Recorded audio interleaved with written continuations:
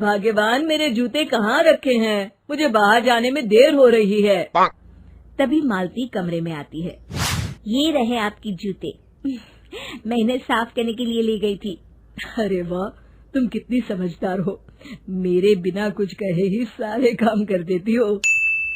तभी मालती झिझकते हुए रमेश से कहती है, सुनिए जी, आपसे एक बात कहूँ, बुरा तो नहीं मानेंगे ना? अरे नहीं नहीं, बेफिक्र होकर कहो। शादी से पहले मैं अपने मायके में नौकरी करती थी। मैं चाहती हूँ कि अब मैं फिर से नौकरी करना शुरू कर दूं। वैसे भी सारा दिन घर में बोर हो जाती हूँ। देखो मालती, तुम्हारे नौकरी करने से मुझे कोई ऐतराज नहीं है, लेकिन तुम्हें एक बात बता दूं, हमारे खानदान में आज तक कभी किसी औरत ने नौकरी नहीं की। फिर भी एक बार तुम माँ से पूछ कर देखो, अगर वो तुम्हें नौकरी करने की इजाजत दे देती है तो अच्छी बात है। रमेश वहाँ से चला जाता है। फिर उसी शाम मालती अपनी सास के पैर दबा रही होती है। तभी उसकी सास मालती से कहती है, अरे क्या बात है बहू, आज तू ठीक तरह से मेरे पैर नहीं दबा रही। किसी ख्याल में खोई पड़ी है क्या? मैं भी तो जानूं आखिर बात क्या है। दरअसल वो माँ जी। अरे हाँ हाँ बोलो, इतना सोच क्यों रही हो? माँ जी, अगर आप बुरा न माने तो मैं नौकरी करना चाहती हूँ। घर के काम करने के बाद मेरे पास काफी वक्त बच जाता है।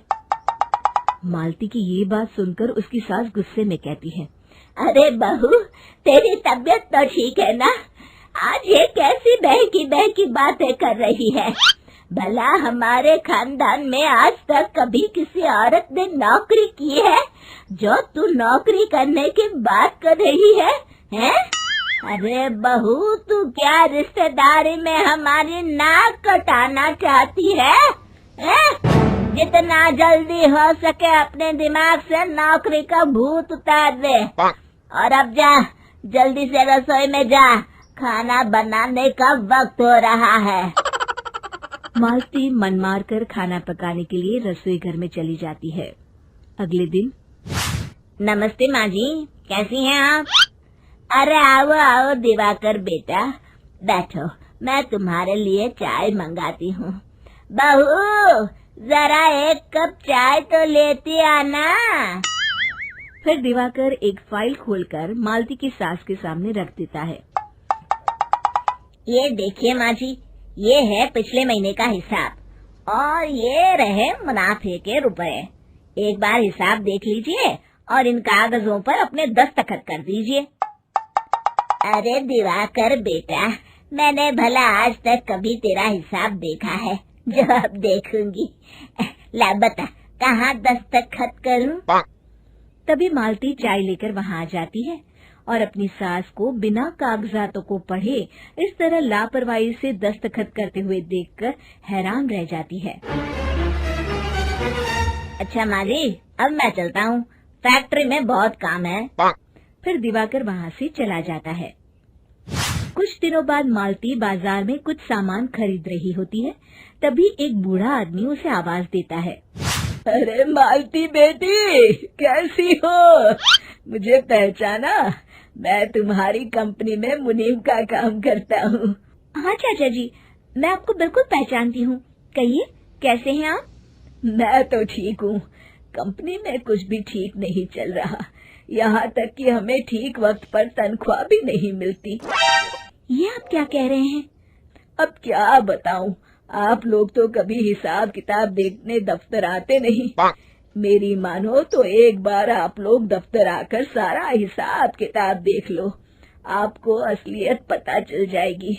अच्छा बेटी, अब मैं चलता हूँ, देर हो रही है। फिर वो बूढ़ा वहाँ से चला जाता है। वहीं दूसरी तरफ मालती घर पहुंचकर अपनी सास को सारी बात बताती है। तभी वहाँ रमेश भी आ जाता है, लेकिन मालती की सास मालती की किसी भी बात पर विश्वास नहीं करती। तभी रमेश कहता है, अरे माँ, बिना आग के कभी धुआं नहीं उठता। जब मालती इतना कह रही है तो हमें एक बार दफ्तर चलकर देख लेना चाहिए। वैसे भी हम लोग काफी दिन से अपने दफ्तर नहीं गए हैं। इस तरह किसी एक आदमी के भरोसे काम छोड़ना मुझे भी ठीक नहीं लगता। अगले दिन वे सभी अपने दफ्तर पहुंचते हैं और सीधे दिवाकर के कैबिन में जाते हैं। अचानक सबको एक साथ देखकर दिवाकर चौंक जाता है। अरे माँ जी, आप सब लोग अचानक यहाँ कैसे आ गए? अगर कुछ काम था तो मुझे एक फोन कर दिया होता, मैं आपके घर आ जाता।